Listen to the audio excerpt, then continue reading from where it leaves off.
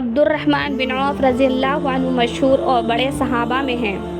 فرماتے ہیں کہ میں بدر کی لڑائی میں میدان میں لڑنے والوں کی صف میں کھڑا تھا۔ میں نے دیکھا کہ میرے دائیں اور بائیں جانب انصار کے 2 کم عمر لڑکے کھڑے ہیں۔ مجھے خیال ہوا کہ میں اگر قوی اور مضبوط لوگوں کے درمیان ہوتا تو اچھا ہوتا کہ ضرورت کے وقت ایک دوسرے کی مدد کر سکتے۔ میرے دونوں جانب تو بچے ہیں، یہ کیا میری مدد کر سکیں گے؟ اتنے میں ان دونوں لڑکوں میں سے ایک نے میرا ہاتھ پکڑ کر کہا، چچا جان، تم ابو جہل کو جانتے ہو؟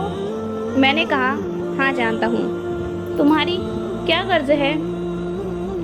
اس نے کہا، مجھے یہ معلوم ہوا ہے کہ وہ حضور صلی اللہ علیہ وسلم کی شان میں گالیاں بکتا ہے۔ اس ذات پاک کی قسم جس کے قبضے میں میری جان ہے، اگر میں اس کو دیکھ لوں تو اس وقت تک اس سے جدا نہ ہوگا کہ وہ مر جائے یا میں مر جاؤں۔ مجھے اس کے سوال اور جواب پر تعجب ہوا۔ ابو جہل، اتنے میں دوسرے نے یہی سوال کیا جو پہلے نے کہا تھا۔ وہی اس نے کہا۔ اتفاقاً میدان میں ابو جہل دوڑتا ہوا مجھے نظر پڑ گیا۔ میں نے ان دونوں سے کہا کہ تمہارا مطلوب جس کے بارے میں تم مجھ سے سوال کر رہے ہو وہ جا رہا ہے۔ دونوں یہ سن کر تلواریں ہاتھ میں لیے ہوئے ایک دم بھاگے چلے گئے اور جا کر اس پر تلوار چلانی شروع کر دی، یہاں تک کہ اس کو گرا دیا۔ یہ دونوں صاحبزادے معاذ بن عمرو بن جموح رضی اللہ عنہ اور معاذ بن عفرہ رضی اللہ عنہ ہیں۔ معاذ بن عمرو کہتے ہیں کہ میں لوگوں سے سنتا تھا کہ ابو جہل کو کوئی نہیں مار سکتا، وہ بڑی حفاظت میں رہتا ہے۔ مجھے اسی وقت سے خیال تھا کہ میں اس کو ماروں گا۔ یہ دونوں صاحبزادے پیدل تھے اور ابو جہل گھوڑے پر سوار تھا، صفوں کو درست کر رہا تھا۔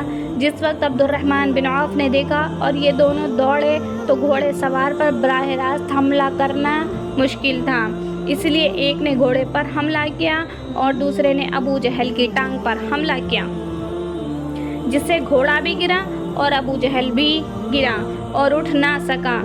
یہ دونوں حضرات اس کو ایسا کر کے چھوڑ کر آئے کہ اٹھ نہ سکے، وہیں پر تڑپتا رہے۔ مگر معاوض بن عفرہ ان کے بھائی نے ذرا اور ٹھنڈا کر دیا کہ مبادہ اٹھ کر چلا جائے، لیکن بالکل انہوں نے بھی نہیں نمٹایا۔ اس کے بعد عبداللہ بن مسعود رضی اللہ عنہ نے بالکل ہی سر جدا کر دیا۔ معاذ بن عمرو کہتے ہیں کہ جس وقت میں نے اس کی ٹانگ پر حملہ کیا تو اس کا لڑکا اکرمہ ساتھ تھا، اس نے میرے مونڈھے پر حملہ کیا، جس سے میرا ہاتھ کٹ گیا اور صرف کھال میں لٹکا ہوا رہ گیا۔